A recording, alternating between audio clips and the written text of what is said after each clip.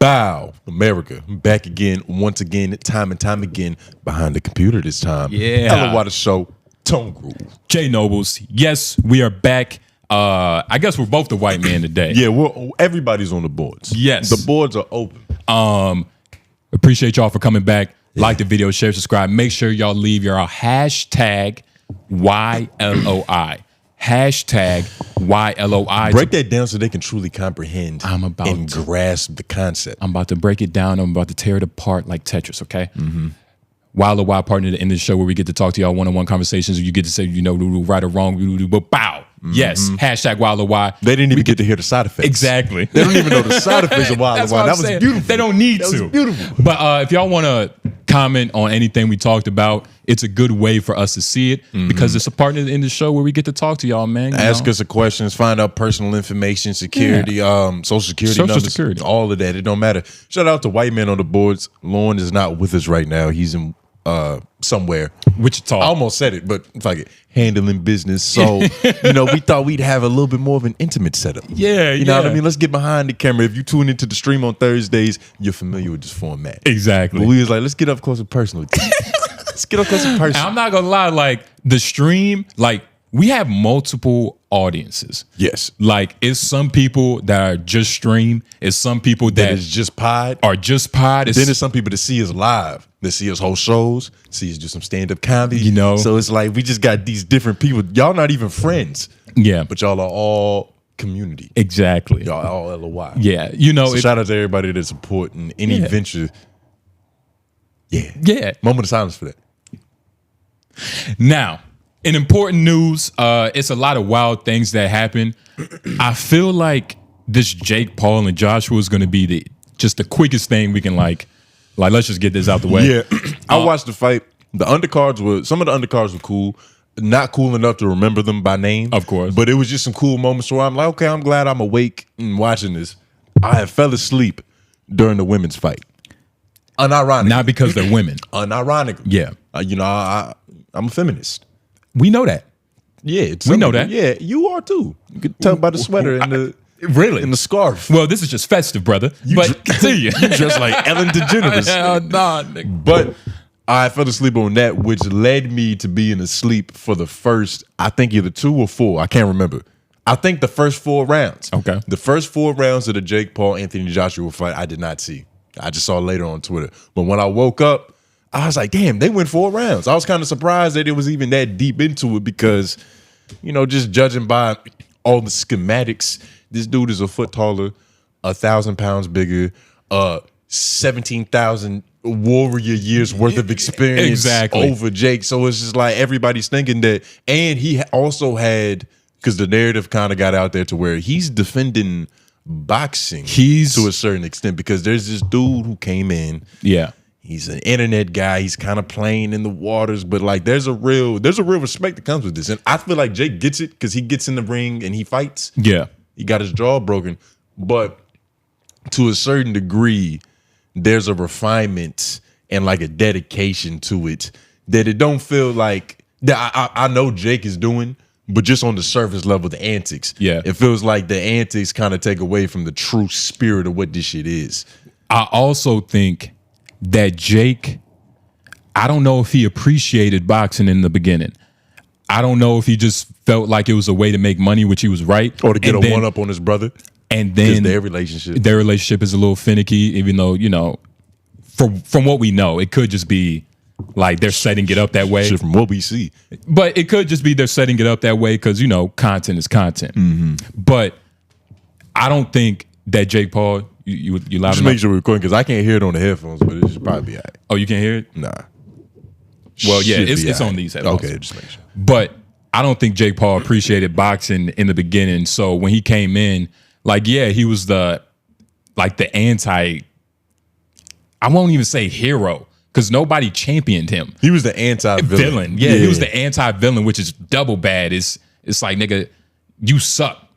You suck, and the people hate you because you suck. Not even in because you know when it comes to the underdog, everybody loves the underdog story. But you're rooting for him. But there's a certain way you have to carry yourself to like get that underdog credentials and that admiration, but you can't be a cocky underdog. you can't. You got to have some kind of humility to where we're like, oh, Yes. we want this guy to win. But to what you were saying, even like, damn, it went 4 rounds in the press conference, and I'm calling it a press conference because, you know, I respect Cameron and his ability to interview 2 niggas. That was a press conference. It's a press conference. It just so happened to be at a Malibu mansion in front of a 1,000-foot pool. Exactly. With bitches. One of Diddy's old cribs.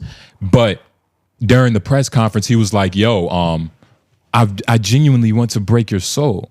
Yeah. And I'm going to pull up that clip. He wanted to pick them apart systematically because he said Jake got a little bit of heart. He got some spirit to him. And he wants that spirit to get transcended to the ancestral plane. He's like, we're going to send you up there with the gods and the angels. Or maybe the demons. It depends on, you know. We not the judge of that. I don't know where he should go. Yeah, like if a nigga in prison said, you know, I want to take your soul, he's probably trying to check your tire pressure. He's going to do it through, you know, your anal cavity. Exactly. You know, he's going to check your molar. But with Joshua, he genuinely wanted, and you know, I've been fighting on and off. I've done more fighting than I have comedy. So I've trained. You trained. So I understood what he meant. If you played sports before, you understand what he means, where it's like there's a moment where you just see it in somebody's body language. The heart goes away. The heart goes away or the body's giving up. The body can't keep up with the mind. If you play basketball with niggas over 25, you'll see their lungs actually, like the lungs is like, that's when you know. Is that, and that's when you know. Tired, and they also give up on the fact that you are the apex predator. Like the fight, because there's a fight in the middle of it to where it's like he might be good, but you know, he ain't really proved it yet. But once you get to that moment where you know in your soul, this nigga's leagues above, it's over. You don't put up the same fight. And Jake did the same thing. He bit off a little bit more than he could chew, and he fractured his jaw in 2 places. Yeah, and I felt like I had that picture. The moment, because when he had said that, I was like, I don't know if his jaw is broke. He's still it's still there a little bit. He was still talking very fluently. I was like, I don't know. Yeah, he's not talking through the wire. Like it wasn't a Kanye jaw break. Kanye would like give him some respect. It's like, hey man, I know. I don't think he would. Kanye would tweet him like, hey man, I know what you're going through. You know, this is what you got to do. Kanye had metal wire. Kanye had to get his whole architecture redone. This nigga Jake Paul, I think he got like 2 metal plates and some screws. That's not nothing. I wouldn't want that to happen. Yeah. To me. But, you know, his leagues about Kanye. Kanye came out and, you know, used auto-tune after that. Jake Paul did. Yeah, Kanye had a facelift. Kanye got a free facelift. But just to find this part, sorry. So turn that music down. Hey, man, I'm figuring it out. I don't think we can afford it. Just to try to find this part, and if y'all want to see real quick, boop. Something slight. Sorry to the people listening at home. You didn't even see that pizzazz, but you know, we here. We don't even need white man on the board. Shout out to him though. Yeah, we shout out to him, but we paying this nigga for nothing. Hell yeah, just know that's getting cut. But honestly, I don't know where this part is, but I am curious. What are you looking for again? The soul snatch. I want to take his soul. I think. Play it. Let's see if we get lucky. I'm gonna play this. I'm gonna also look for it. I'm gonna play this for a couple seconds, and I'm also gonna fix your headphones. Let's get into it. Psych. Against the bigger guys in sparring, and so it was really a 180, but I was able to use some of the things that they were doing against me, but really just had to start doing some more strength workouts and get some weight back up just with eating. But the way I see this sport is a quick audible, and you know, quarterbacks in the NFL face different teams every single week, and they have to adjust to different defenses. In boxing, it's no different. When y'all faced off for the first time at the announcement, your demeanor seemed to change. And you looked up at him, and then you were looking face to chest. Did you realize for the first time how big he was? Pause. Pause. I felt like that was a perfect. Thank you, Cameron. And I actually want to hear what he has to say. I mean, I know he's a big guy. Pause. Yeah, pause that too. Look, You out. I think you got to tune in live on Netflix. Jesus, can't find it. But Oh, I found it. you found it. Put it in the So notes. if you go, put it in the notes. Yeah, just put in the notes. Put in the notes. Haha. Yes, sir. But keep talking. This is what we do, baby. We do journalism and yellow journalism. for sure. For sure. I low key forgot what the actual definition of Yellow journalism. journalism is like, We do orange journalism. yes. It's on the spectrum, pause, but you know. And by the way, I see it right now. I didn't watch this fight at all. I didn't watch any of it. I knew the outcome, and You just didn't know when. I knew the outcome. I didn't know when, and I didn't know how. And I felt like the how wasn't gonna excite me anyway. And especially when I saw it, I was like, Because it was a foregone conclusion. You know? You I've knew just this seen nigga was in gonna get fights- that right hand and place it somewhere in the middle of his Beijing beard. so And it just so happened to be on the right side. But this is him. This is the quote that we were really talking about, where Anthony Joshua channels his inner Bane and he gets philosophical about demolishing his enemies.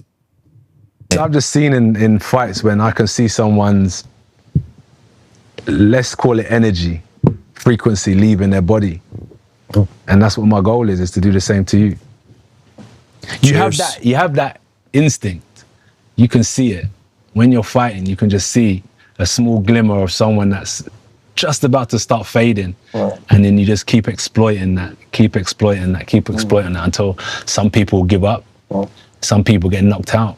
We'll figure out. But as I said, for me, it's not just going in there and being dominating physically. I want to break him down spiritually and mentally. And that he did, because it was several moments throughout the fight where it just looked like Jake was trying to give Anthony head. Like he just kept going on the ground, holding him on his waist, and like trying to get his moment to catch his breath and like wipe the blood off his nose and shit. But it happened so many times in a row. So why I was like, nigga, this is embarrassing. yeah. This is like, I'm getting secondhand embarrassment watching this shit. Yeah. I almost had to turn it off. Nah, man, that Go watch was some Kimbo Slice and feel good about myself. yeah. Or at least Anybody some- else. Some Michael J. White. Or shit, go watch his brother, because in wrestling, I mean, Logan isn't the guy, but he's good to watch. He's a wrestler. Yeah. Like he's a wrestler. I was watching this one clip where like they did this tag team shit. They were jumping off the ropes from one end to the other end and they met in the air. Yeah. I was like, I paused that shit every frame. I was like, God damn, this nigga fucking jumped 17 feet. Exactly. It's impressive. But it's not boxing. And because there was a big thing, like, you know, they have a rivalry between the two, Logan and Jake. And I was even seeing Logan like coping with the fact that the big fighters only want to fight Jake. And he was like, they know he's an easier fight. And everybody in the room got kind of quiet.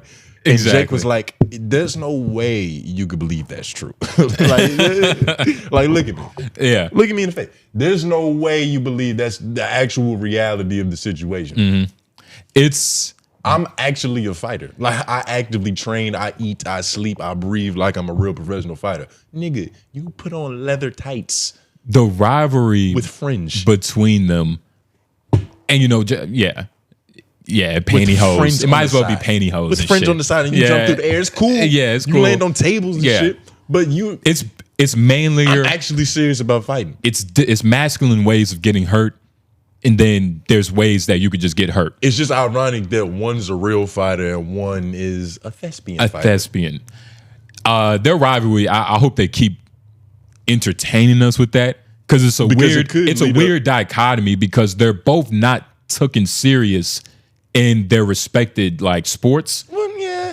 They're both He really just fought Anthony Joshua, and Logan is But- he's really a wrestler. he's talented, They're just not loved. but taken they're serious. not loved. That's what it is. I think it's a part of being taken serious too. though. And I think they just have a connotation on them that's like, oh, these niggas is kind of pricks. Yeah, To use white boy terms, these are pricks. yeah, A lot of people think they're pricky, and so they're with that, douchebags. the love, the admiration, and the respect that comes with some of the shit they do, it's just not. It's not abundant. It's kind of hard. They're hard niggas to love. And this wasn't, Pause. But and this wasn't a to what you were saying. Joshua did this fight to basically set in stone for forever that you'll never be one of us. That's what this point, like, everybody, I know y'all was getting excited, but don't worry, he's a joke. He's a bluff. He's what, I don't know what they call joke niggas. He's a joker. He's not. And like I said earlier, there was a lot of weak moments. Yeah. A lot of like, oh God, what is this nigga doing? Like, Yeah. get up and fight. There was even a moment where the ref was like, yo, the fans didn't pay to see this shit. Let's get it moving. What the hell? And that is a thing. But the fact that, like, just the simple fact that he could say, would he go 6? And The fact that he could say he went not even 6, he can say Joshua respected him. And like, and this is, I'm glad we're saying this near the end, because you have to say this in general with two fighters that, you know, you get in. They get their faces smashed together. You have to, you know. You get in that chamber and it's only one way out. Yeah. Like, you're either going to fall or you're not. So you have to respect that. But in general. And it didn't feel like a fake fight either. It didn't Okay. feel. Tony feel watched rehearsed. Tony watched most of it. I watched every clip on the internet and surmised what happened. That's what I did. Yeah. So from what I saw, you're right. It didn't feel like bullshit. Like, Jake was hurt. You don't just break your jaw. Anthony was actually tired at certain points in the fight, and like there was some things, but nah. Shout out to Joshua for, you know, I guess fighting for his cause, for, you know, keeping boxing serious, keeping boxing professional, not letting any like weird niggas in the game, because that's exactly what happened with rap. It wasn't enough OG niggas to like just smack these niggas around like boom, boom, boom. Like, you making the game stupid. Boom, boom, boom. Yeah. But but that's what happens. And, you know, shout out to Jake too, because he got in there with a monster. The Greek guy. Anthony Joshua was funny. Like, I've been like watching his interviews and how he moves and shit. It kind of felt like he was above this whole thing, but not in an arrogant way. You know what I mean? Like, this was like, he came in and he was like, what are these Americans doing? They want me to fight? All right, I'll fight. And he fought, but he was just like, yeah, you know, I respect to him. This whole shit just felt like an elaborate exhibition to him. Well, because Which it kind of was. technically it was, but technically it is, but- also, like, what is this? But it also was like, okay, like, I must fight the Joker's, the King's Fool. Yeah. Then I will fight the King's Fool, and I will make it beautiful. Yeah. And that's what he didn't. This was all for boxing. He wanted to like kind of. I don't think he made a fool of Jake, though. A little bit. There were moments. There were moments. I know he was. Okay. Yeah. There yeah, were moments where yeah. I'm like, yo, this nigga Jake And just leaks. Maybe that's just me giving more credit to Jake for even lasting that long, because there's fighters that have done that, real fighters that have done the, you know, all the ducking and like, shit, all that. So maybe I'm just giving credit to Jake. Jake's credit, there were a couple moments where Anthony landed some big shit and he kind of ate it. Yeah. Yeah. It was a couple of those. Yeah. It was like he's taking some punches from Anthony Joshua. Now the one is the one. Yeah. But before that, Yeah. it's something to be said about that for sure. It's something to be said. Hopefully, You think he's gonna step in the ring with somebody this serious again? I was just about to say, Because that's gonna be the real test. Like, all right, we knew you was gonna lose, but are you gonna do it again? hopefully he musters up whatever like ego he still has left in there to want to get in the boxing ring with an actual fighter again, because Like, he might- yeah, having your yeah. jaw, like, this is serious. This is real. This is serious. And the world saw it, and like, this is your big moment to prove your legitimacy. He might have to go to therapy so they can teach him how to be a narcissist. Now- just so he can awaken that inner, like, No. man, fuck that shit. That, or he has to do what Gilbert did when he missed that free throw. Bring a gun to the locker room? No, he hired a Navy SEAL. He was like, yo, we're the Navy SEAL. Like, nigga, I need you to program, do that MK Ultra shit on me. I need no fear. I need no fear. Hit me with the Men in Black fucking pin. Yeah. Something. You know what I'm And saying? even if you watch Jake Paul's preparation for this, like, there was a bunch of moments, like, he even got to the ring the day before, was in that bitch transcendental meditations and breath work. Like, he was really trying to manifest whatever reality he wanted. And, you know, I guess his God didn't believe in Jake as much as Jake believed in his guy. Hey, man. But hey, that happens sometimes. You know, Or maybe this is just what was, you know. this was gonna happen Supposed to regardless. happen. And you know, Jake, 𝔓𝔦𝚐𝚃 don't love everybody. I think, yeah, 𝔓𝚏 was not even worried about you. You was on the naughty list. He wasn't Yeah. trying to give you no hope. Fucking, He didn't even care to give you cold. Yeah. Because to give a nigga cold, you still got to pull up. Yeah. Make a delivery. Exactly. He was like, fuck that shit. He Exactly. ain't even worth the travel. yeah. Nah, man. Next time, leave some cookies out. I know, Get it's, right with God and get right with Kris Kringle, nigga. but all blessings to you. Let me just type this in. In more news, I think this is about right. Like, in more news, so you remember, right, the AI artist. Her name is 𝙿𝙾𝚃𝚃. From Timberland? 𝙿𝙾𝚃𝚃. I had to say it like 3 times just to like, 𝙿𝙾𝚃𝚃. 𝙿𝙾𝚃𝚃. Yeah. She's a bad person. We talked about her a couple episodes ago. If you don't know her, she was an early investor into what the future like may be in terms of like AI artists, creating your own AI artists. She was one of And the first catfish musicians. she was one of the first ones. There were a lot others out there, a lot of Asian ones, a lot of K-pop ones. But in terms of in America, hers was important because she took the likeness of other artists, which that's like, duh, that's going to happen because AI isn't a conscious thing. It's not thinking of like new ideas necessarily. It was, you So- talking about in the way that it so- made the profile look or the music? The music, so the AI basically is Janelle Monáe and Kehlani. Blended. It just blended. Now, it's important because when we first talked about her, she didn't have a $3 million deal from a company. I forgot the name of the company. It's probably up here actually, but she got a $3 million deal. What the fuck? That's T.I. Clifford Harris. Hell yeah. Dressed up like Michael Jackson. That's the wrong one. But so, Boom. please don't play. All right. And basically, when we first talked about her, she was really a nobody in the sense that, yeah, Till you brought her up? Yeah, until we brought her up. You that guy? Nigga? People didn't appreciate her. Of course, it was women listening to it because as you can see right here, this is her profile.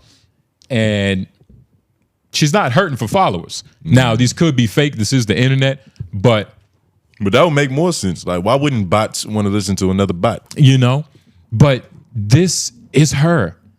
And as you can see, Is that a nipple? where at? Oh, that's a dude. Yeah, that's a dude. You're worrying about the wrong stuff. Let's actually hear what 𝙿𝙾𝚃𝚃 had to say about her. Oh shit. Who's she judging today? Shout out 𝙿𝚾𝚃. 𝙿𝚾𝚃 love the color. 𝙿𝙾𝚂𝚃. All you have to do is listen to the lyrics and you're hooked. But people keep saying, who is this person who's doing this song? Who is she? She's never revealed her identity, her whole face until today. Hello, 𝙿𝙾𝚂𝚃. And of course, she blurred out her face. Here, where is this bitch at?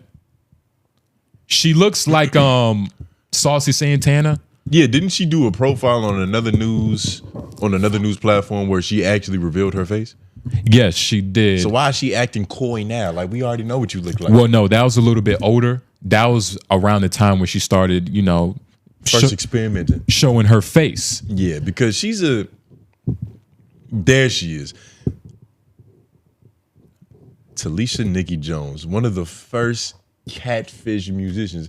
And it's crazy because her music is just like Kehlani, Lil Janelle Monáe, throw a couple chunks of Lizzo in there. Now, it's a problem now, right? They can see this, right? Yeah, they can see this. And I'm going to just let y'all, this is Talisha. Now, I've never met, Let's get the side by side. yeah. Now, I haven't met too many Talishas that are good people.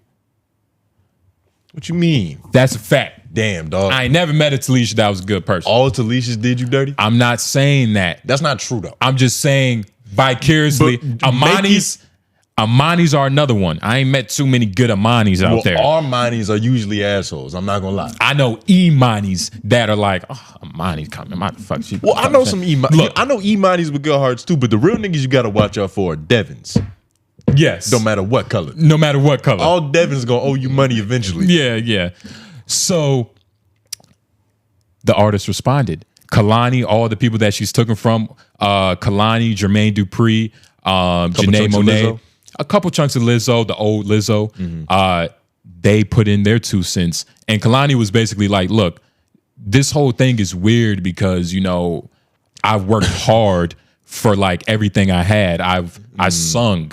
I was bad at this for a while. I was bad at this for a while. I got embarrassed from this. And so she didn't. And so for somebody to just come in, take my likeness, it's a little bit of a smack in the face. So what if just like with the Jake Paul, Anthony Joshua, another R&B artist has to go and fight on behalf of all R&B? Exactly. And here's her. They got to make a diss track to it. And here's her take on this.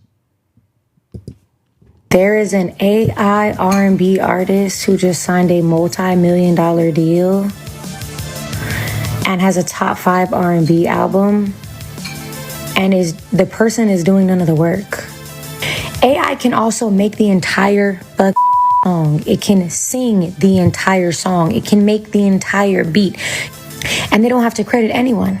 This is so beyond out of our control, and nothing and no one on earth will ever be able to justify AI to me, especially not AI in the creative arts, in which people have worked hard for, trained for, slept on the floor for. I'm sorry, I don't respect it. Nope. We can't stand by this. I stand with Kehlani for so many different reasons. You stand with Kehlani? I'll lay with Kehlani. You'll lay with her? On this subject. Now, let's see if you still have it after this diss track.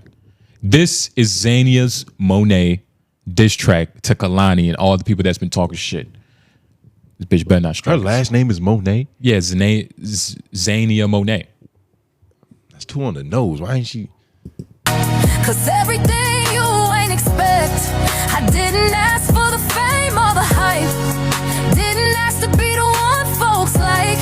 But if my words cut deep and make change, if my truth helps somebody through pain, then keep talking, baby, run your mouth. But put some respect on my name now. You could. Now, she might got a hit. Maybe. It's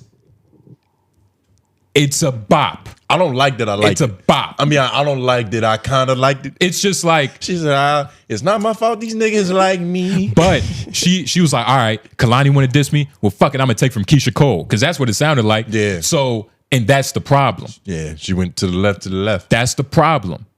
That's Beyonce. Yeah, don't matter. You can put some sprinkles of Beyonce I'm in mad it. I'm mad I corrected you. I mean, that's fucking that's Jill Scott. I don't know. Nah, that's even worse. You can be wrong on purpose. Did you know Neo wrote that? No. Neo wrote that shit. I believe it. Neo probably wrote some scriptures. And what's also important is that she has a manager, guys. So let's look at what her managers... Is it a real person? Yes, her managers are real people. That's funny though. But we're going to listen to her manager's opinion on like the scope of AI art and why it's not that bad and how much work Talisha is actually putting in. This nigga's a little biased. Of course it's going to be biased. And look, man, we talked about this a little bit like last week. Y'all didn't see it because the podcast never dropped, and the clip 2 with James Harden. So James Harden, he had like this goofy AI gambling sold out gambling ad. It was just a mixture of different Disney animated films. Cloudy with a chance of meatballs with a couple sprinkles of some Monsters Inc. Parsley. And then And I brought that up because we pick and choose. Like, we pick and choose who we're going to talk about. Like, we talked about James Harden, but nobody said anything about progressive. Like, I don't think that was as big. I don't remember seeing that. But that's the problem. Like, there's many companies, damn near all of them are starting to roll out these AI ads and these AI arts. And LOI's been on the case for the most part. We got Coca-Cola. Coca-Cola. We've been on a lot of niggas' ads. Which was a big one. And yeah, please. And we also talked about cases. That's a little bit better. This is a little, yeah. I don't know. Yeah, like, I think Cameron still wouldn't like that. Yeah, no, he wouldn't. He said, y'all been on niggas' cases. Harlem World would close the gates. It's like, sorry, B, you can't get in here. Hell yeah. Give us those braids back. It's all, and we also talked about the companies that are doing good. Shout out to Apple. For the most part, they actually, as soon as Coca-Cola dropped their Christmas ad, Apple dropped the practical, like a 13-hour stop motion. Yeah. It took them 13 hours to make a stop motion clip that was like 6 seconds long, but it was the dedication to humanity. Yeah. And truly, and not to sound corny, but it is it's a certain humanity about it. It shows where they stand on this issue. Yeah, man. And it's this is a human, like, I don't know how to like say what type of problem this is. Like, yes, it's a humanity problem. It's a crisis of humanity. Just on the sense of like, yeah, the Earth is actually being affected by this. Like, it's these data centers are going to need a lot of energy to make energy. The Earth and society, because what computers are doing, like, our kids are probably gonna look back at this. Our kids' are gonna look back at this and be like, yo, they were actually dumb. Or they were the last of their kind. I think it's gonna be that different. Maybe. Where they might look at us and be like, damn, like they were the last niggas to ride in like carriages and shit. It's gonna be that different, nigga. You think it's gonna go back to sticks and stones? I think that's possible. I'm not saying that, but that's how they're gonna view us with how, because AI is gonna get it's already being personalized. I saw this one video and it was like, in the next 2 years, there's gonna be something that drops with AI. It's gonna be like the perfect personal assistant that you can literally have do your work. But yeah, it's just gonna be the upgraded version of everything we already have: Siri, Alexa. And it's going to be to the point where Talisha's AI is actually going to be working for herself. But the AI is like a slave. Yeah. Let's see. Because I look at it as it's still art. If someone goes and creates this song, they write all the lyrics. Now, if they're just typing in a prompt and it creates the whole song, that's a difference. But I'm going to use my client as an example. If you go in and you write the song and people don't know, in Suno it has a thing called persona. She went in there and recorded her voice, and then she put a template on it. And that's where the voice of 𝛾 was created. You can't type and say, sound like Beyonce, sound like Keisha Cole. You can't. Suno does not allow that. Those guardrails are on there. So if she put her voice... Weren't those the two? Those were literally the two artists that we named. Yeah. That she sounds like. We had single mothers growing up. We got an ear for this. But it's also like, how ironic that, like, so he's been reading the comments. He knows what she sounds like. Yeah, he's just describing like, it's not that easy to do it. That's all he's saying. Or it's like, you can't do it on purpose. Which has got in there, and she put a template. That's no different from a Future. We've never heard Future rap without the template on his voice. A T-Pain without the template on his voice. So if she's putting the human element of writing the lyrics and creating the melody, and when we do our songs with Suno, we pull the stems off, because Suno is like a studio. We pull our vocal stems off, and then we give them to a producer. So if I go get a DJ L from Chicago, or I'll get a 𝛼𝙾𝚃, reproduce this beat. So I don't see why that wouldn't be on the charts, because I can turn and say, well, what about the singers that have never written a lyric? They just sang something that was given to them. They're on the charts.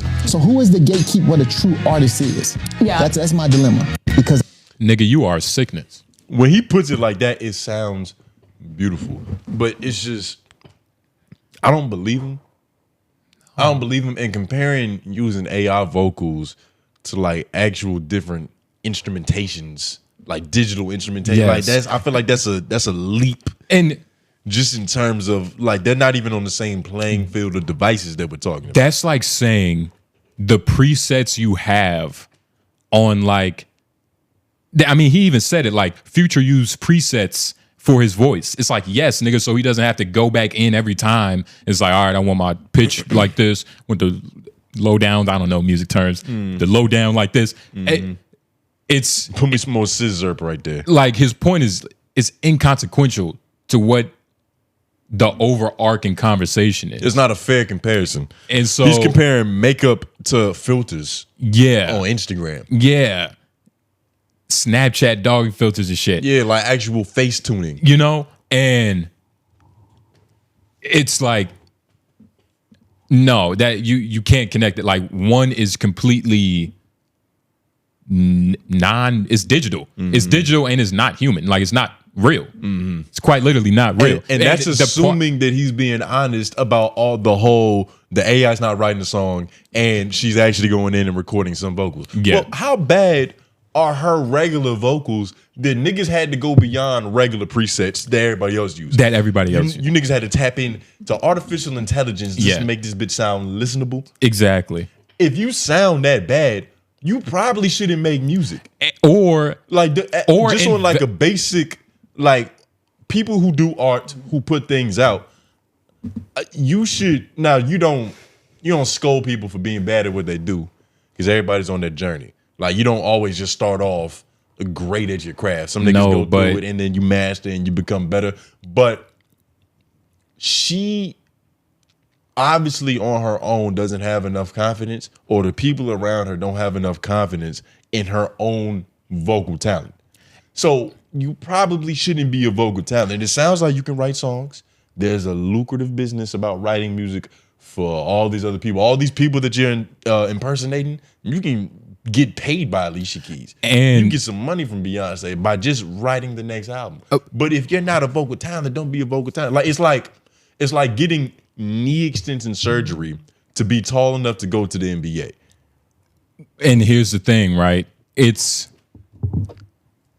yes and no. I don't know whose dog that is, but it's familiar with the studio.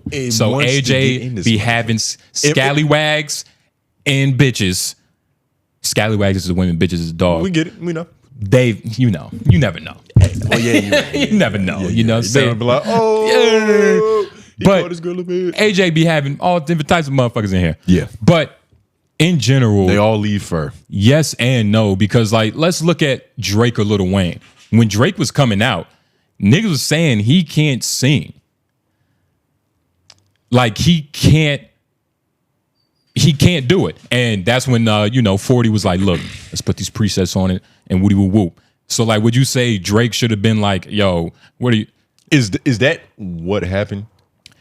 Did they say he can't sing, or they didn't like the fact that he was singing and rapping? Drake. Because what I remember from that time, it wasn't like, and Drake also never tried to be R. Kelly. He never got on the song and really tried to hit some runs and shit. He was always kind of a harmonizer. Yeah. And I'm just devil's advocate.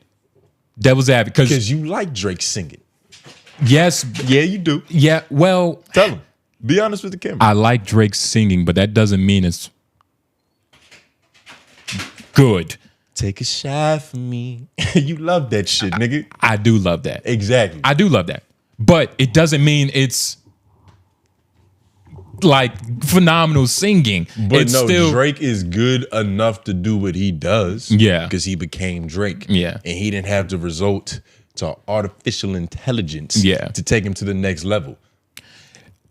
And here's, if you need steroids, you probably shouldn't be. If you need steroids, because there's levels to everything. There's levels to, and most people are on steroids, Tony. I think a lot of artists are having AI write their lyrics. I swear to God. Maybe now. I promise you. But just in terms of like using performance enhancers, if you being an NBA player and being a phenomenal NBA player, there's like a big gap in between them. But just to be good enough to be a player in the NBA, okay, if you need enhancements to be average, you probably shouldn't be there.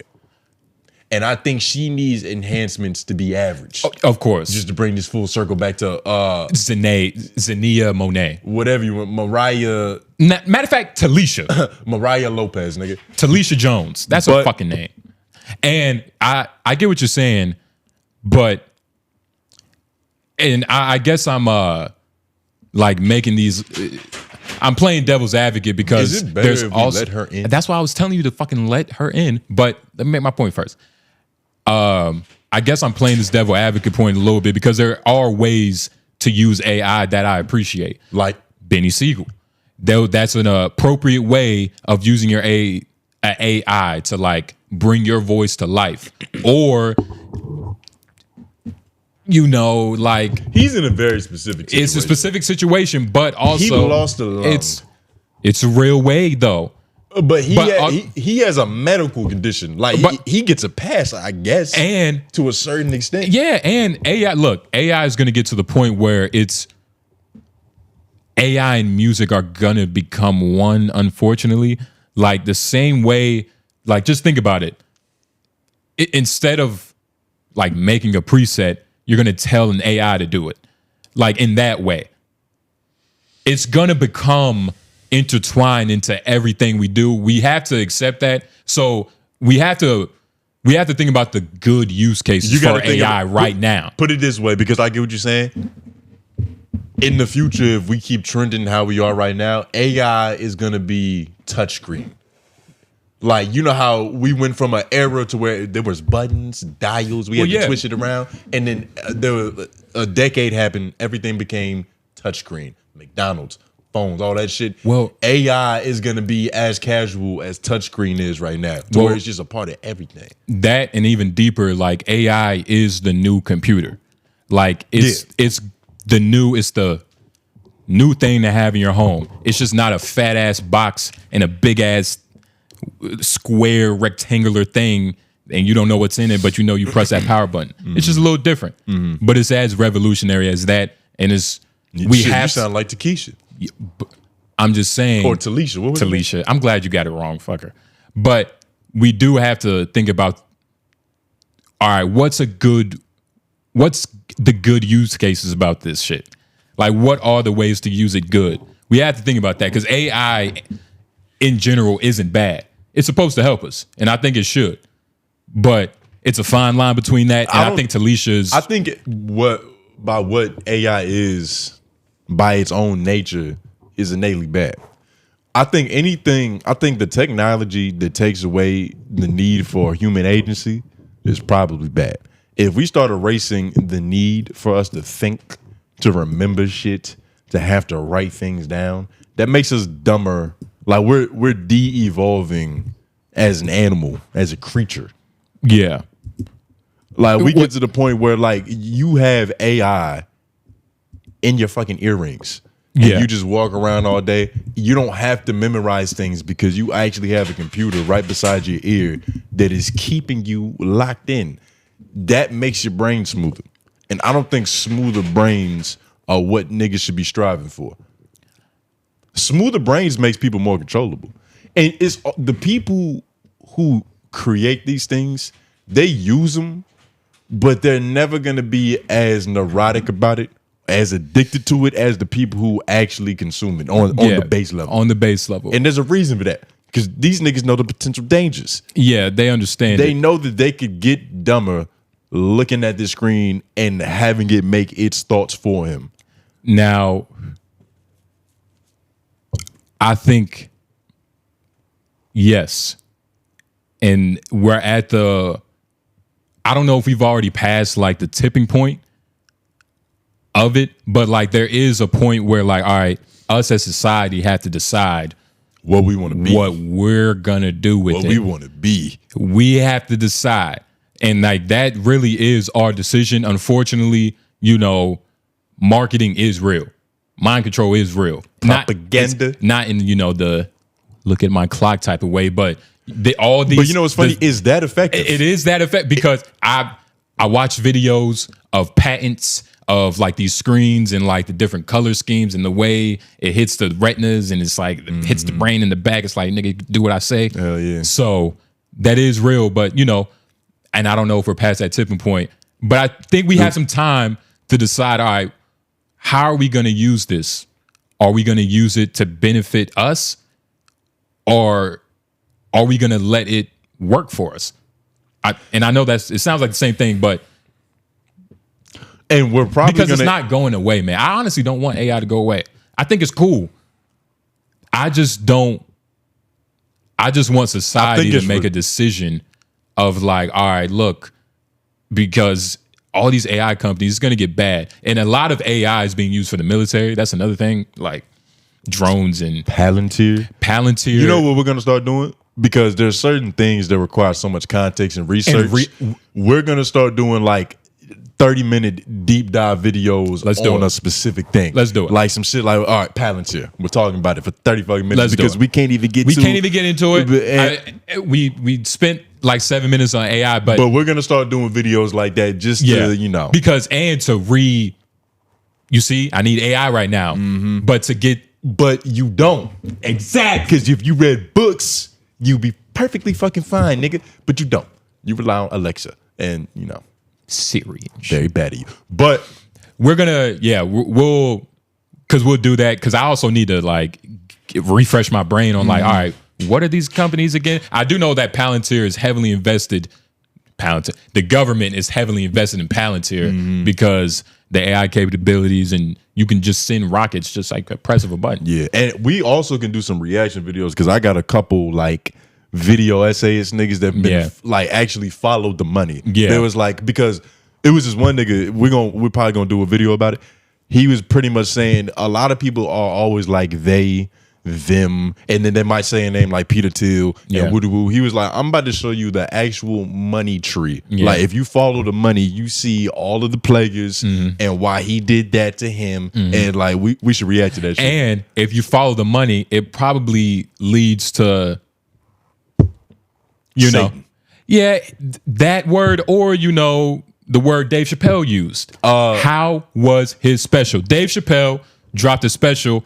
I saw some clips. I saw him saying a lot of good things. He was talking that shit though. It was, first of all, I've watched it like 3 times. One, because when I first watched it, it was 2 a.m. and I kind of fell asleep. And then I just watched it when I woke up and I just kept watching it. Yeah. It's good. It's good. It's really good. I liked it. The thing is, it's like he's really talking that shit. There was a moment where he was like, he pretty much broke it down. He was like, I know how y'all feel right now. It feels like we're living through like a weirdly historic time, but it's not getting spoken about outright. Like, it's craziness going on, and everybody's thinking like, wow, it's never been this crazy before.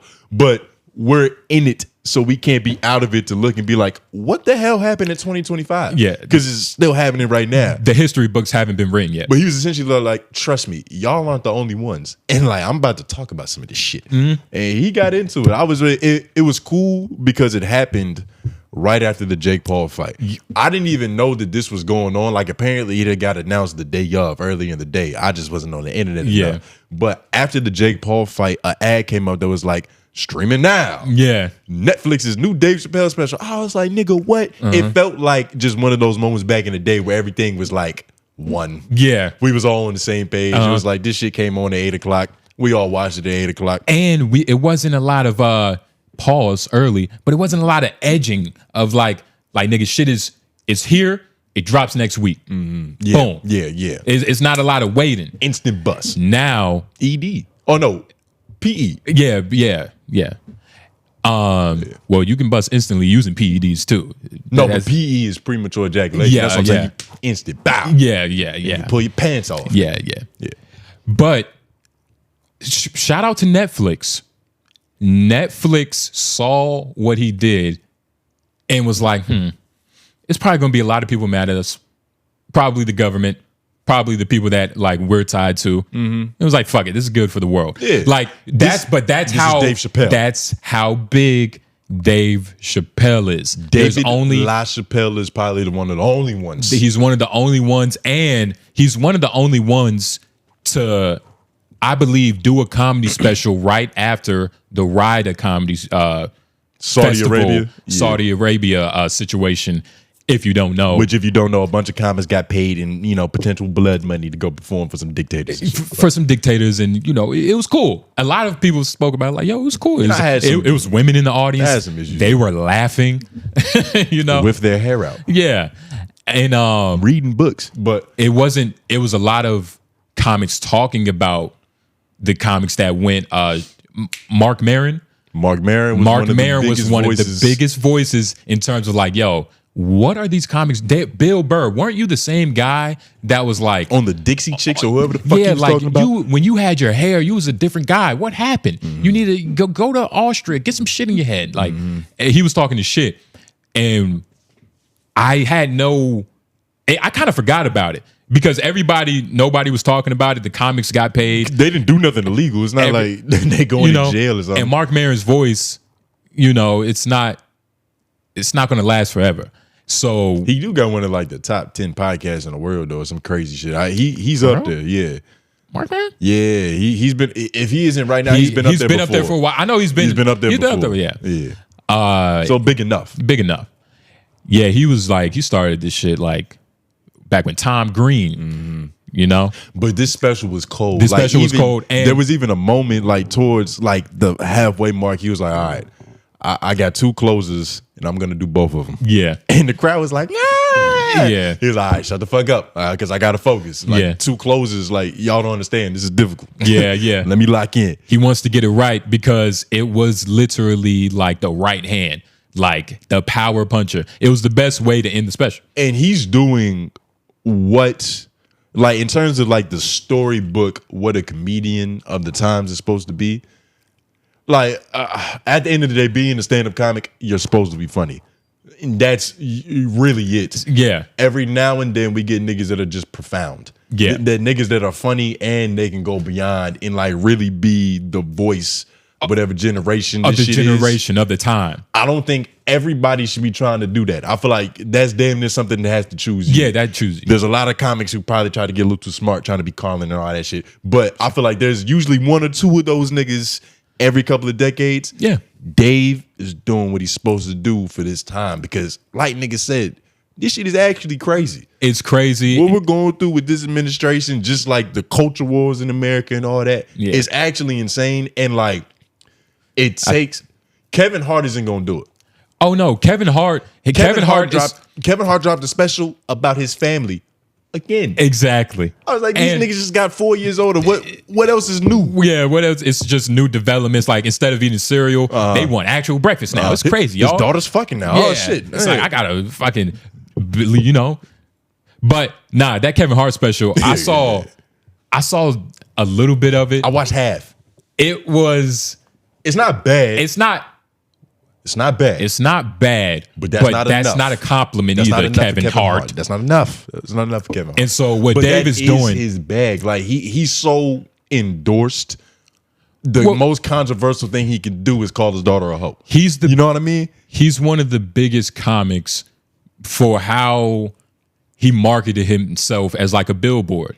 Like that's what he is. He's the most famous billboard in the world. And that's why when you break it down, like Dave gets the edge. But also, like, yeah, Dave gets the edge. And Dave is like, this is what's supposed to happen. Like, comics fuck up and then they have to go through some type of like comeback phase. Like at least the great ones. Like, I don't know if you saw this, but Richard Pryor's special. I forgot the name of it.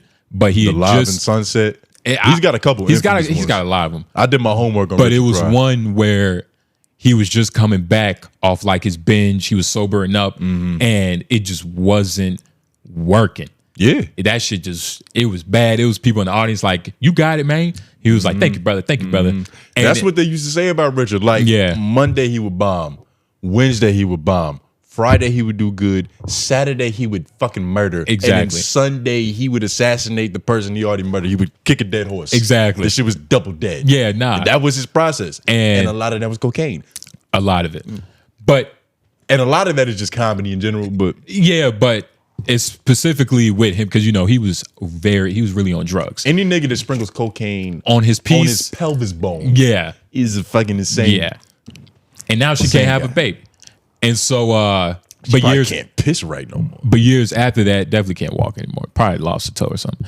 But years after that, he didn't run from that. Comics don't run from their problems. That's a big thing. Like for at least with good comics, great ones, the great ones never run from the problems of them or the world. Either like fucking Paul Mooney, George, fucking.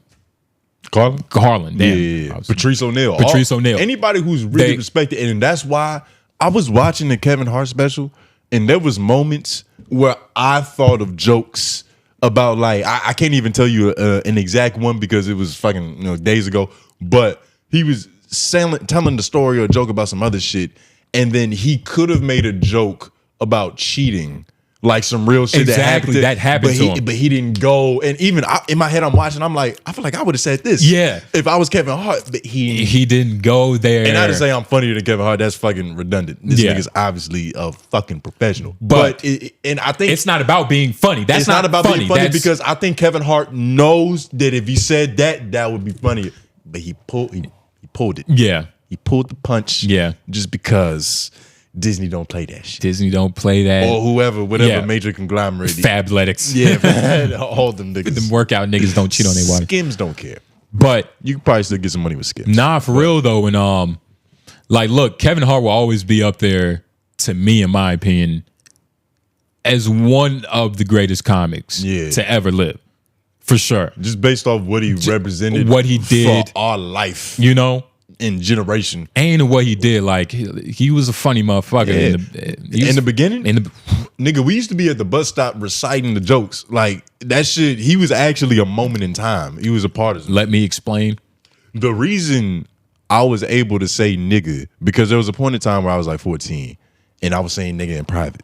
Because, your mom is like, you can't curse around me. That's fucking disrespectful. You hit it. But I used to be able to retell this one bit by Kevin Hart where I forgot the bit, but he said nigga like several times in it. Yeah. And I used to be able to retell it so good that she would let me say nigga to tell the bit. And that just transitioned into me using nigga in regular conversation. Yeah.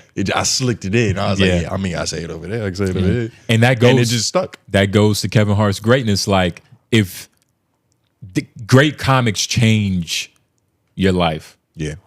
They're a part of it in an intimate way. They change your life. Pause. They give you perspective. And that's what Dave did with this special from what I've seen. I haven't even watched the full. I saw literally the last two punches. I was like, oh shit, this is what he's on. Yeah. And watch it. And I was like, I was into it. It was a 6-minute clip. I was like, honestly, damn, I was trying not to be a victim of the moment right after I watched it, but I immediately thought about all the other Netflix specials he's dropped. And my heart was like, it's better than everything. Yeah. And I don't know, but it's definitely top 2. Well, it's better. So if it's not better than everything, it's better than most of everything. I think. And all of that was good. I think in terms, the first one when he came back, that was good. But I think this one is great because he's not as involved in himself as he was in the other ones. I feel like it's a little bit more worldly, and when a lot of perspective. It's because it's a reflection of what he's talking about worldly of the time, and like it just feels more like him. But I'm gonna watch it. I saw 6 minutes of it. I was like, yeah, this is good. This is great. I love it. Dave's back. He smoked a whole pack of the blue Native American spirit cigarettes.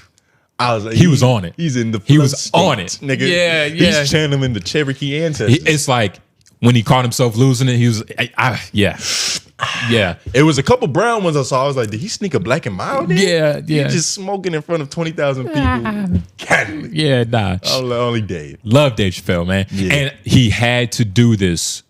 This is part of the hero's journey. He's the only one that could. I don't know that. Who else? Bill Burr. No. For sure. Well, yeah, but Bill Burr, I don't think Bill Burr. I think he could be honest. I think he could tell the truth about what's going on, but I think his feelings would be in it too. Well, he would do it especially in his way. With this new era of Bill Burr. Like it would be more like Dave Chappelle is just like it's almost matter of fact about the philosophy of what the fuck is going on right now. Yeah. And I don't know. I think Bill Burr would be too emotional, but he might be able to do it. I wouldn't put it past him. Bill Burr could definitely do it. Rider Comedy Festival lineup. Yeah, it was a couple of heavy hitters in this. And I think Dave Chappelle had the best I don't want to say the best defense because it was similar points that all these other niggas went on their podcast and said to kind of regain their fan bases back. But I feel like he handled the backlash better than anybody else on this lineup. Louis C.K. could. I had to bring this up just because I forgot who was on it, and I feel like Dave isn't the only person that could like come back and just. Oh, you talking about just from the Saudi? I was encompassing the Saudi thing was going on with Israel. I'm saying like the person who could be the voice for all of that shit. Yeah, I think Louis C.K. could. Yeah, Louis if could. he really tried. Yeah, Louis could. Fucking this guy, he ain't doing shit. Aziz, Bobby's somewhere crying about his bitch. maybe Whitney Cummings. Whitney, she would marry the prince and say, "Guys, I'm doing an infiltration. I'm getting up in. I'm gonna break him down from the inside." It's like, yeah, that's what they all say. I'm 4 weeks pregnant already. Yeah, I'm royalty now. Andrew's gonna try, but it's not gonna work. It's gonna be wrong. That's just what it's gonna be. He would try, but everybody would disagree. Everybody would even disagree. the racists. Yeah. Like, I think he would get the racists and the progressives to be like, I don't think that's it. Yeah. Like, I agree, but I just don't like this guy. And that's a fair point, especially for Andrew sometimes. This shit happened the day after my birthday. And so, yeah, big ups to Dave Chappelle. I'm very curious to see what he's going to do next, like in the future. Like what comes after this for Dave Chappelle is probably going to be great, but it's just going to be, hopefully he's just a mirror of the times. But what time are we at? We are at 1 hour. Beautiful. Shout out Dave Chappelle. Shout out Saudi Arabia, I guess. Shout out all the niggas. I guess it's cool to tell jokes over there now. Yeah, hopefully, yeah. Nobody poisoned his grits. That could happen. You never know. Yeah, put some dipped his cigarettes in something unsavory. You see this shit? What? Oh typing? My God! Oh no, but can't you? Oh no, my God! But can't you just hit the back arrow? I will. So just for context, our keyboard is fucked essentially, and sometimes it lets us type, sometimes it takes away what we type. Where is it at? And this one just backspaced a bunch of critical information. Jesus Christ! Wait, scroll all the way up. I don't think all the way up to the top of the note. It might be up there, and like hang your cursor over somewhere. And oh no. Nah, we can't just. Oh wait, maybe. What if I can do it from the note? I was about to. Yeah, that's why.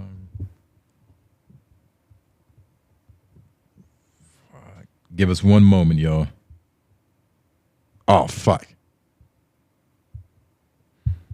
I don't know.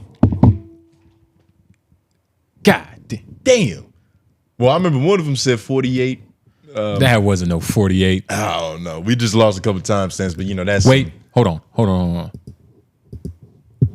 Jesus. We might have figured it out. Pray for us, or whatever you do, pray, meditate, Kwanzaa, like whatever your thing is, just send us some good hope and some good wishes. Because this isn't the biggest deal, but it would be a lot easier if this shit got fixed. And we still don't need Lauren, by the way. Yeah, we're refraining from Lauren. Like, I refuse to call Lauren again. Yeah. I want him to be proud of us and like our ability to just be self-reliant. Yeah. But Lauren's that type. And shit. Lauren's the type of guy he would be like, yo, don't ever feel that way. Like, you could always call me if you need help, my brother. Like, and that's why we have to be this way. Yeah. Because Lauren is a guy that can be abused. Yeah. He's so kind that like he will pick up the phone in the middle of his wedding. Yeah. Like, hold on, baby. Nah, you got to plug it into the output. I do. Yeah. Lauren's that kind of nigga. Yeah. He a real nigga. It's like, hold on, I wasn't ready to jump the broom. Yeah. Hey, bruh. Nah, for real. Lauren's that type of guy. He's a good dude. Fucking he would put his baby down for it. Yeah, nah. His starving baby. Mid-conception. He's like, the guys need help. Just hold it, baby. Yeah. I know you're crowning. But what else did we not? The Hot 97. You want to get into Clifford doing comedy? That'd be a pretty easy segue. So Clifford T.I. Harris. He's doing comedy now. He's been doing it for a while. I know Nutso is probably the only ones like, oh, T.I. does comedy. Yeah, there was a couple weeks ago, because like the big comedy club down where we at in Raleigh is Charlie Goodnight's. And there was a couple times or I don't know, a couple, but I remember one specific night he was in there performing. He was there, and one weekend it was sold out because he's T.I. Yeah. I don't know how funny it is, but he is, and I don't know how funny this will be, but he's been doing comedy consistently for about 2-3 years. We gotta give him credit for that. Like, comedy is a hard thing to do. Mm-hmm. It's difficult. And it's hard to start it when you're already famous. Yes. So that's another stripe. Yeah, that's another stripe. But he's dropping a special in like the first 3-4 years is Brendan Schaub-ish. Yeah, it's... If you don't know Brendan Schaub, you know, be thankful. Yeah, but Brendan Schaub... That's a whole other side of the internet that you probably don't belong. Yeah, he's a Rogan Sphere, like, comic friend, but he's not good. He's terrible. But I don't think this is Brendan Schaub-ish at all. I think this is purely love of the game. I think T.I. has reached a point where he feels like he could satisfy. Damn, that looked like a lot of people. Yeah, but where he could T.I., they probably thought he was gonna play you whatever you like. Yeah, at least, or talk about his snitching allegations. But he seems to be taking this shit serious. I know we've been joking, but like, you know, I do give him the respect. It's called Cheaper Than Therapy, so you know that's laughter's cheaper than therapy. Yeah. You know, that's already like, all right. He understands what it is. He's therapy, you know, comedy kind of goes hand in hand. Dave's special was called The Unstoppable Nigger. I don't know if we can say the word, but yeah. And I like that one better. Yeah. But on Netflix it just says The Unstoppable. Exactly. But let's listen to T.I.'s special. I'm just judge it honestly. You'll see it. I think I spelled the N-word wrong. I hope so. Shit. Yeah, for my answer. From platinum hits to punchlines, he's changing the game again. Shout out to everybody bought tickets thinking there was gonna be some songs performed. Not today. He found a new rhythm. One joke, one story at a time. That love has been tested. This is his journey from the chaos of fame to the healing power of laughter. There's under my goddamn comment talking about you need to do something with that boy. Bitch, I'm doing the best I motherfucking can. You think you can do better? Pick his ass up, drop him off when you're done. Join comedian Tim Harris as he proves that sometimes the best medicine is a good joke. And do you want to know how I met my beautiful, beloved, filthy rich wife? I hop fresh out the passenger side of my best friend's ride. Walk right up on her and say, hey baby, how about me and you get to doing some things? You understand me? If it can happen to me, it can happen to you. I serve a God of abundance. All you got to do is believe. Come on now. Tune in for Cheaper Than Therapy. Coming soon. What the fuck? Wait. Where's his locks in this picture? This is AI? Where's his locks? Oh no. Where's his locks? Where's his shoes?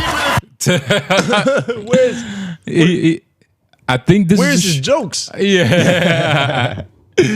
Oh my goodness. I don't know. Here's the thing, right? Like, I like T.I. Their comedy is therapy, but it still needs to be jokes involved. Yeah. And like there's a fine line between it. There's a couple comics that I like that are good at just telling stories. Like Patrice is kind of one of them. I could just listen to him. Kevin Hart. Kevin Hart is phenomenal. Dave Chappelle. Kevin Hart might have it up there above Dave. A lot of Dave Chappelle's bits are stories. Earlier They're ones. like sketches. Yeah, earlier. So yeah. They both good at it. But it's a fine line between it. I think T.I.'s he's trying to tiptoe, and I hope it's actual, like, even if it's not good, but just like jokes, you know? Because like, matter of fact, not to like judge a nigga too harshly, because I don't know his comedy. We don't even have to. But there's a fine line between like loud and funny, and like some niggas just go up there and loud and preachy, and that's cool. It works because I think real good comedians kind of attack the audience, not attack them, but it's like they come to the crowd instead of trying to get the crowd to come to them. So I do fuck with that part of it, but that shit still got to be it's got to be some jokes in that motherfucker. I don't like loud stories. We talking all this. I like actual okay, that made me think a little bit. We're talking all this shit. We're gonna commit. I feel like good jokes, they have a aha moment. Like after they said it, something just clicked in my brain. Like I get how these things are together. Yeah. You know what I mean? Like jokes. It's hard to, Jesus, I don't even know how to describe it to the people outside of just saying jokes, because to some people that aren't really invested in comedy, laughter means like, oh, that's the joke. Funny speak is a joke, but it's not really a joke. Yeah, there's a lot of tricksters in the game. It's a lot of tricksters. And ironically, this nigga dressed like a pimp. Yeah. Named the Lorax. Yeah. But let's listen to it. People, they like you, they walk past you, and they're polite and they're respectful because you're anonymous. You feel me? There's an exchange for fame. You know how many people walk around with bad breath, needing to bathe? Ain't nobody say nothing. They just walk right past them like they didn't spare that shit. You know what I'm saying? Let somebody famous have some bad breath. Ooh, T.I. boy, you need to. I'm telling you. I learned this the hard way. Being from Atlanta, you learn that you're never too famous. You're never too rich to be roasted. At all. I remember just getting out of. That's enough. Well, hold on, play. See what he does with this premise. Let's see what he do with the premise. Prison, man, the second time. And I went to Foot Locker, the Jordans had dropped, and see, so this is the time where 2011. It was when we went from baggy jeans and skinny jeans, and then there was a period, right, where some people were still fighting it. You know what I'm saying? Oh man, I ain't putting this shit on, tight ass pants, And so I'm getting out of prison. That's what I was doing. I told everybody in the job, man, I'm gonna keep real. I'm gonna keep solid job. You want to hear more? I don't think so. All right, fine. And this was also, when was this uploaded? This was 2 years ago. So just to give him some grace, he's probably evolved at least 2 years worth of funny. But I don't. Ironically, this clip made me depressed. Yeah. Like, I might actually need some comedic therapy now. I feel sadder than I was when I got to this. And I love T.I. Well, that's what a bad build-up does. Bad build-up does that. It completely depletes you. I'm gonna take some of this 5-hour energy, see if I can get some light. Yeah. I'm gonna take a shot with you, nigga. But yeah, he's only been doing it for a couple of years. So it's also like, it shouldn't sound like Dave Chappelle. And that's the problem. That's the problem with specials and putting shit out on the internet before you're really, really good at it. Because it's like, we're judging a nigga's growth. You know what I mean? Like, this is the ugly phase. When you first getting your dreadlocks in, they're going to look a little stupid at first. You're going to walk around. It's going to be earthworms poking out the side of your head. But one day there's going to be a vicious mane that you could be the king of Africa with. But right now, king of Africa, maybe in the ugly phase, king of Africa. Well, because when I thought Maine, like Simba, like the Maine, maybe just like the Madagascar movie, you'd be king of that shit. I feel like you just learned Madagascar. No, Africa. Nigga. What? 2 days ago. No, nigga. Yeah, Madagascar. I feel like I was there when you learned it. No. Side note, real quick, we was streaming and somebody was like, "Yo, what's your favorite countries in Africa?" And Leak, our favorite person here at LOI the show, was like, Madagascar. And I was like, nigga, that don't count. Like, it's completely separated. It could be in the South America. Nobody really associates Madagascar with Africa. But regardless, nobody should associate T.I. with funny yet, like you were saying, because he hasn't. There's a time frame of how long you've been doing comedy, and then there's a time frame of actual stage presence. and it's a lot. It's a lot. It's a lot that goes into it. And he definitely has stage presence. He's been fucking performing for centuries. For sure. So just being comfortable being himself on stage, I don't think he has a problem with that. Now, the strength of these jokes, that's the only thing. Is just like, you just got to be funny in your jokes. And that's also a problem with thinking you're funny. Like, there's a level before you start comedy, like how funny you think you are. And I think that range, depending on the person, can fuck you up in the beginning. Yeah. Like, if you think you're super funny going into it, that might be bad. It's probably going to be bad. Yeah, because your expectations are going to just fall. You're going to think this is easier than what you thought. I think it's best to not believe you're funny until you've done like 50 sets. And then it's like, okay, I might be funny. And also, you know, T.I., I got to watch more of his sets just to see, like, what type of laughs are these? Like, are these, I'm watching T.I. doing comedy laughs, or like, yo, this nigga is funny than a motherfucker laugh. I think it's the first, and from what I've heard, like, because I've seen interviews of like Jerry Seinfeld and like other niggas, they're like, that famous shit only buys you 30 seconds. Like the first 30 seconds, they're all like, oh my God, like I'm in awe that this legend is talking. But if what you're saying is not funny, they're not gonna act like it's funny either. Do you think it's different for a comedian instead of an artist that's jumping into comedy? I think it might be worse. I think they would have even less leeway because at least the comedian has been proven funny before. T.I., on the other hand, we only know that he's good at riddles. Exactly what I'm saying. And you know, T.I. and Tiny Family Hustle, like that shit was funny. But that's what I'm saying. It's like expectation plays into it as well. So the expectation of T.I. being like, oh my God, I'm throwing my hat in the air funny. It's probably not most people's expectation. Therefore, like, how good are these laughs? Are these solid laughs? Are these gut-wrenching laughs? Is a bitch intestines twisting up because you just said something that was like, oh my God. Are you splitting her seams? Her tampon fell out. It just her pelvis is just squeezing everything. Tampon just it's just 7 ovaries rolling all over the floor. God damn it. Like, whose are those? Claim them. But probably not. Probably not. And that's okay too.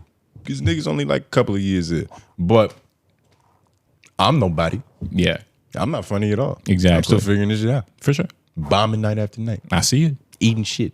Nigga, for sure. And if you don't believe him, trust me, it happens. It's terrible. It happens to everybody. It happens to me. It happens to everybody. It's a part of the game. I go up there, I'm like, be prepared for this not to go well. Mm-hmm.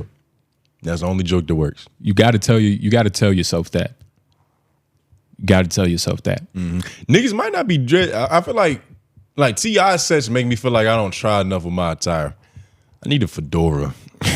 Well, I need something with some flash. It's a nigga. Shout out to Tico. Shout out to Tico. He's a Raleigh comedian. I remember one day I had seen him with his fedora, and it was nothing new. The Tico, he wears fedoras. He's a fedora philosopher. And so it was just that day I was like, yo, this nigga is, I see what is happening. Yeah. It's happening before he goes on stage. You know what I'm saying? It's like the fedora is an antenna to humor. Yeah. To the gods of humor. To the gods, to the Richard Pryor, to the Paul Mooney. Next. To all everybody that OD'd that was funny. Yeah. He can listen to him. Everybody. Or they had, weird cases. Yeah, they're just sitting on the brim of his hat. Exactly. Waiting to feed information. But exactly. But I feel you though. You gotta, it's a part of it. And he's dressed like somebody that's old school funny. Yeah. And that's your attire. You look like Red Fox. Your attire plays into it. Like everything goes into what's happening. But, expectations are pretty low for this T.I. special. I'm not going to lie. Mm-hmm. So it'll probably be good to me because my expectations are nothing. Yeah. What do you know? You're nobody. Exactly. But We're at 121. Yeah. There is I don't know if y'all care about Hot 97, but they just got some new You want to say that for homeroom? Because don't we? We can't. We don't have a lot of gigabyte, right? Jesus Christ. Say it again. We don't got a lot of gigabyte. We don't have it like it. We already bit off too many of our gigas. This nigga about to send us to the future. But no, we're good. We're good. We're good on the gigabytes, nigga. But yeah, we could definitely say that for homeroom. Do we have any Wilder Wise? I was looking in the DMs. I don't think anybody gives a fuck about our opinion. Yeah. Yeah. And we also are dropping these episodes late. I'm about to just say fuck it without the thumbnail just to get it out because it's ready. But yeah, we'll probably save that for homeroom. Guys, ladies and gentlemen, if you liked this episode, comment down below your hashtag YLOYs. It's a part usually near the end of the show. Pivotal part. If we drop the main episode on time where, you know, we get to talk one-on-one. But yeah, just watch our previous episodes to see what that is. Appreciate all the support too. We haven't reached our goal. Now, I know I said I would come after everybody, hurt you, stalk you, do things of that nature. But despicable shit. It's Christmas and I'm feeling a little nice. So I think we should give them another week. Yeah. I think we should give them another week. I thought you was about to say it's Christmas and I'm feeling a little naughty. So like, no. Whoa. So you gonna have to feel that on your own. Nigga. What? You say goodbye to the people. You go fuck out. I'm gonna go piss. You go fuck out of it. Bad boy. But it's just in my head. That's what I was hearing. Exactly. It was in his head. So I'm naughty. You are on the naughty I'm list. naughty. I don't even want to say it. The list. I'm sorry. I projected. You on the list. I just projected. But nah, man. I'm gonna give y'all some grace. So just like the video, comment, support, show some love. Show some love. We don't have the lower thirds to flash, so follow us here. Oh shit. Well, no, he could do that in post. Follow us here on Instagram, but this is funnier. Follow us here on Instagram. You gotta put it up a little bit more. Yeah, I mean, if your computer's good, it'll focus. But it says 𝙼𝙾𝚃 show. This is what it'll look like. This be me and this nigga and all our shit. Yeah. That's it. It's really that simple. That's where everything is. It's really that simple. Yeah. But look, man, it's been good. It's been great.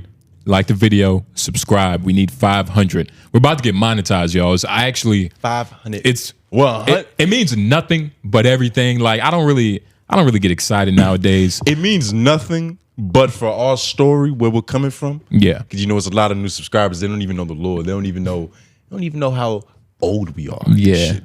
Nigga, we almost gave up. That's how long we've been doing this. Yeah. We was almost like, fuck it. It ain't working. Yeah. We don't have it, but we're back. And we come a long way. Yeah.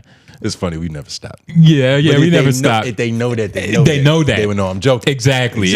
But that's why you need to look up your lore, do your research, nigga, focus on your history, read books. Fuck AI. We love you, Dave Chappelle. In the mouth.